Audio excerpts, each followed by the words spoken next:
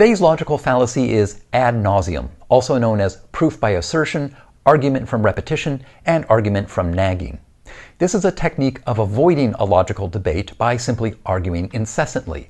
The intent is to wear out their opponent, or try to win over the audience by seeming confident and getting in the last word. For example, "We must build a dome to protect our country from Martian invaders."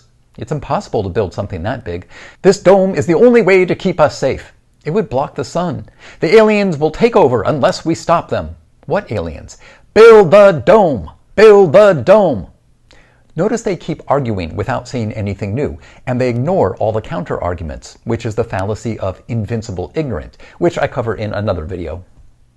Sea lioning is a type of ad nauseum where a troll keeps asking for evidence and clarification of everything their opponent says, even when it's already been established, just to annoy them. The Gish Gallop is another type of ad nauseum, also known as shotgun argumentation.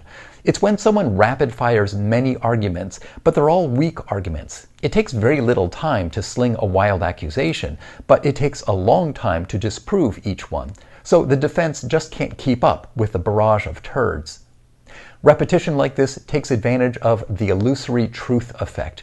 When we hear the same claim over and over, our brains tend to get tired of critical thinking and just start to accept it as truth.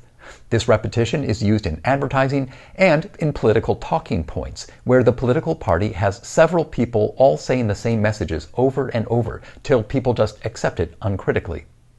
Ad nauseum overlaps with proof by verbosity, which is using long-winded and evasive arguments like, "Sir, isn't it true that you took an extra cookie?"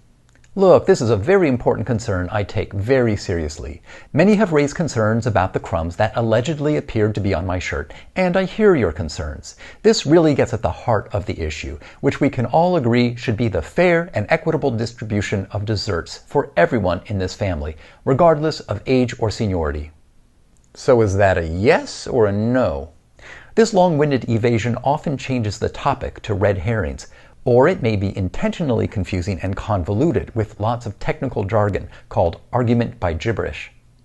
Begging the question and circular reasoning are also types of repetition, where you simply restate the same idea, but just rephrase it as if it were a new idea.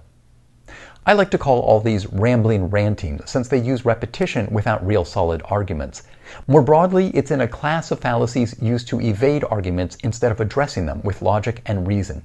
See foolacy.com for more examples and lessons.